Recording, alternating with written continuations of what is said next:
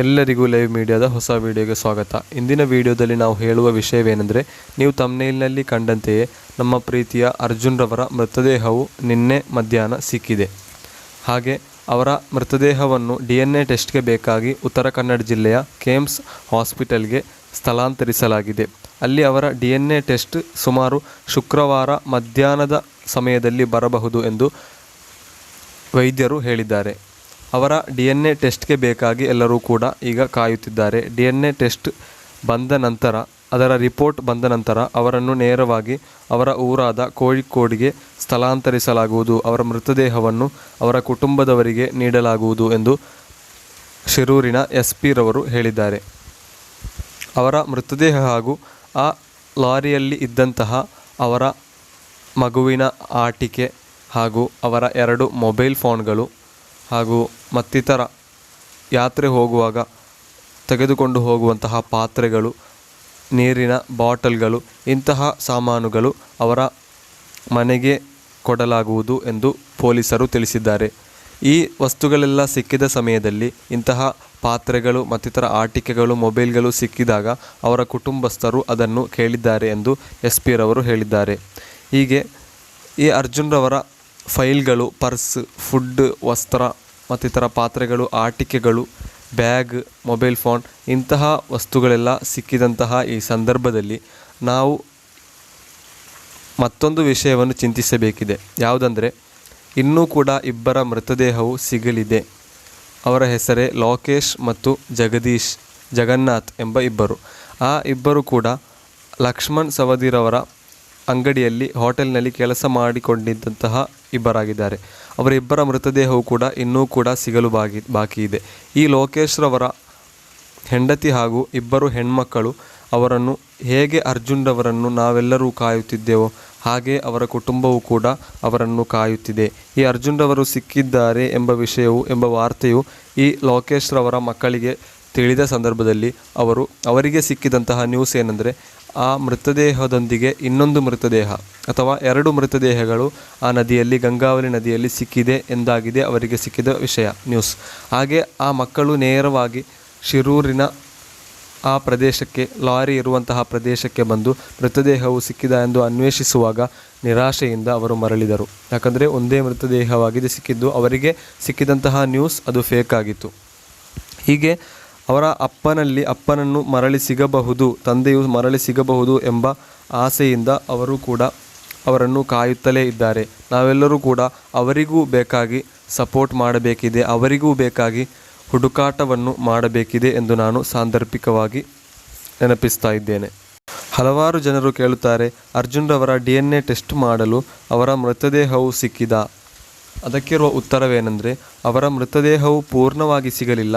ಒಂದು ಮನುಷ್ಯನ ಶರೀರವು ಮಣ್ಣಿನಡಿಯಲ್ಲಿ ಅಥವಾ ನೀರಿನಡಿಯಲ್ಲಿ ಇದ್ದರೆ ಅದು ಪೂರ್ಣವಾಗಿಯೂ ಅಲ್ಲೇ ಜೀರ್ಣವಾಗಿ ಹೋಗುವುದು ಸಾಮಾನ್ಯವಾಗಿಯೂ ಹಾಗೆ ನಡೆಯುವುದಾಗಿದೆ.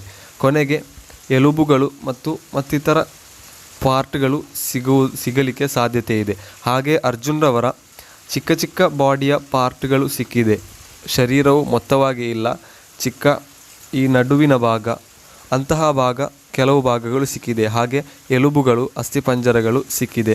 ಅವರ ವಸ್ತ್ರಗಳಿದೆ, ಮತ್ತಿತರ ಪ್ಲಾಸ್ಟಿಕ್ ವಸ್ತುಗಳಿದೆ. ಅಂದರೆ ಚಪ್ಪಲಿಗಳಂತಹ ಪ್ಲಾಸ್ಟಿಕ್ ವಸ್ತುಗಳು ಕೂಡ ಸಿಕ್ಕಿದೆ. ಪ್ಲಾಸ್ಟಿಕ್ ಎಂದು ಹೇಳಿದರೆ ಅದು ನೀರಿನಲ್ಲಾದರೂ ಮಣ್ಣಿನಡಿಯಲ್ಲಾದರೂ ಹಲವಾರು ವರ್ಷಗಳ ಕಾಲ ಹಾಗೇ ಇರುವಂತಹ ವಸ್ತುವಾಗಿದೆ ಈ ಪ್ಲಾಸ್ಟಿಕ್.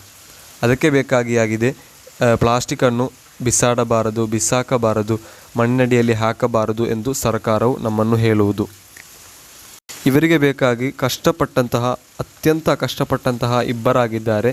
ಒಂದು ಮನಾಫ್ ಎಂಬವರು, ಈ ಭಾರತ್ ಬೆಂಜ್ ಲಾರಿಯ ಓನರ್ ರವರು, ಅರ್ಜುನ್ ರವರ ಲಾರಿಯ ಓನರ್ ರವರು, ಮತ್ತು ನಮ್ಮ ಈಶ್ವರ್ ಮಲ್ಪೇರವರು ಅವರಿಗೆ ಬೇಕಾಗಿ ಅರ್ಜುನ್ ರವರನ್ನು ಹುಡುಕಲು ಬೇಕಾಗಿ ಹಲವಾರು ತಿಂಗಳುಗಳ ಕಾಲ ಆ ಶಿರೂರ್ ಎಂಬ ಪ್ರದೇಶದಲ್ಲಿ ಡೈವ್ ಹಾಕಿಕೊಂಡು ನೀರಿನಡಿಯಲ್ಲಿ ತನ್ನ ಪ್ರಾಣವನ್ನೇ ಬಲಿ ಕೊಟ್ಟುಕೊಂಡು ಅವರು ಅರ್ಜುನ್ ರವರನ್ನು ಹುಡುಕಾಡಿ ನಡೆದರು. ಹಾಗೆ ಈ ಅರ್ಜುನ್ ರವರನ್ನು ಸಿಕ್ಕುವುದಕ್ಕಿಂತ 1 ವಾರಗಳ ಮುಂಚೆ ಕೆಲವು ಸಮಸ್ಯೆಗಳು ಉಂಟಾದ್ದರಿಂದ ಅವರು ಊರಿಗೆ ಮರಳಿದರು. ಈಶ್ವರ್ ಮಲ್ಪೆರವರು ಅತ್ಯಂತ ಕರ್ನಾಟಕದ ಅತಿ ದೊಡ್ಡ ಡೈವರ್ ಎಂದೆಲ್ಲ ಹೇಳುವಾಗ ನಾವು ಸಾಮಾನ್ಯವಾಗಿ ನೆನೆಸುವುದು ಅವರು ಬಹಳ ಶ್ರೀಮಂತರಾಗಿರಬಹುದು, ದೊಡ್ಡ ವ್ಯಕ್ತಿಯಾಗಿರಬಹುದು ಎಂದಾಗಿರಬಹುದು. ಆದರೆ ನಮ್ಮ ಈಶ್ವರ್ ಮಲ್ಪೆರವರ ಜೀವನವನ್ನು ನಾವೊಮ್ಮೆ ಸರಿಯಾಗಿ ನೋಡಿದರೆ ನಮಗೆ ತಿಳಿಯಲು ಸಾಧ್ಯವಾಗಬಹುದು. ಅವರ ಇಬ್ಬರು ಪುಟಾಣಿ ಮಕ್ಕಳು ಇಬ್ಬರೂ ಕೂಡ ಬಹಳ ಕಷ್ಟದಿಂದ ಇದ್ದಾರೆ. ಅವರಿಗೆ ಅನಾರೋಗ್ಯವಿದೆ, ಅವರಿಗೆ ಶರೀರದಲ್ಲಿ ಸ್ಥಿರತೆ ಇಲ್ಲ. ಒಂದು ಮಗು, ಗಂಡು ಮಗು ಮಲಗಿಯೇ ಇರುತ್ತಾರೆ, ಅವರಿಗೆ ಏಳಲು ಸಾಧ್ಯವಿಲ್ಲ. ಹಾಗೆ ಒಂದು ಹೆಣ್ಣು ಮಗು, ಅವರಿಗೆ ಮಾತನಾಡಲು ಸಾಧ್ಯವಿಲ್ಲ. ಇಂತಹ ಹಲವಾರು ಕಷ್ಟಗಳು, ಅನಾರೋಗ್ಯಗಳು, ರೋಗಗಳಿರುವಂತಹ ಕುಟುಂಬಗಳಾಗಿದೆ. ಆದರೆ ನಾವೆಲ್ಲರೂ ಬಹಳ ದೊಡ್ಡ ಜನ, ಅವರಿಗೆ ದೊಡ್ಡ ಹಣವಿರಬಹುದು ಎಂದೆಲ್ಲ ನೆನೆಸಿರಬಹುದು. ಆದರೆ ಇಷ್ಟೊಂದು ಕಷ್ಟಗಳನ್ನು ತಮ್ಮ ಕುಟುಂಬದಲ್ಲಿಯೇ ಇಟ್ಟುಕೊಂಡು ಹಲವಾರು ತಿಂಗಳುಗಳ ಕಾಲ, 2 ತಿಂಗಳುಗಳ ಕಾಲ ಈ ನೀರಿನಡಿಯಲ್ಲಿ ಈಜಿಕೊಂಡು ಅವರಿಗೆ ಬೇಕಾಗಿ ಕಷ್ಟಪಟ್ಟಂತಹ ದೊಡ್ಡ ಒಂದು ಮಹಾನ್ ವ್ಯಕ್ತಿತ್ವವಾಗಿದ್ದಾರೆ ಈಶ್ವರ್ ಮಲ್ಪೆರವರು. ಅವರಿಗೆ ಬೇಕಾಗಿ ಅವರದೊಂದು ಚಿಕ್ಕ ಬಡ ಕುಟುಂಬವಾಗಿದೆ. ಅವರನ್ನು ನಾವು ಯೂಟ್ಯೂಬ್ಗಳಲ್ಲಿ ನಮಗೆ ವಿಡಿಯೋಗಳು ಕಾಣಲು ಸಾಧ್ಯವಾಗಬಹುದು. ನಾವೆಲ್ಲರೂ ಕೂಡ ಅವರಿಗೆ ಸಹಾಯಗಳನ್ನು ಮಾಡಬೇಕಿದೆ. ಹಾಗೆ ಮರೆಯಲು ಸಾಧ್ಯವಾಗದಂತಹ ಒಂದು ವ್ಯಕ್ತಿತ್ವವಾಗಿದ್ದಾರೆ ಮನಾಫ್ ಎಂಬವರು. ಮನಾಫ್ ಎಂಬವರನ್ನು ಮೊದಲು ಎಲ್ಲರೂ ಕೂಡ ಟ್ರಾಲ್ ಮಾಡಿಕೊಂಡಿದ್ದರು, ಅವರನ್ನು ನೀಚವಾಗಿ ಬೈದುಕೊಂಡಿದ್ದರು. ಯಾಕಂದರೆ ಅವರು ಲಾರಿಯನ್ನು ಪಡೆಯಲು ಬೇಕಾಗಿ ಇಷ್ಟೆಲ್ಲ ಕಷ್ಟಪಡುತ್ತಿದ್ದಾರೆ. ಅವರಿಗೆ ಲಾರಿ ಹೋದ ಬೇಸರ, ಆದರೆ ಅರ್ಜುನ್ ಹೋದ ಬೇಸರವಿಲ್ಲ ಎಂದೆಲ್ಲ ಹೇಳಿ ಹಲವಾರು ಜನರು ಅವರನ್ನು ಟ್ರಾಲ್ ಮಾಡಿದರು. ಆದರೆ ಈಗ ಅವರ ಬೆಲೆಯು ನಮಗೆ ತಿಳಿಯುತ್ತಿದೆ.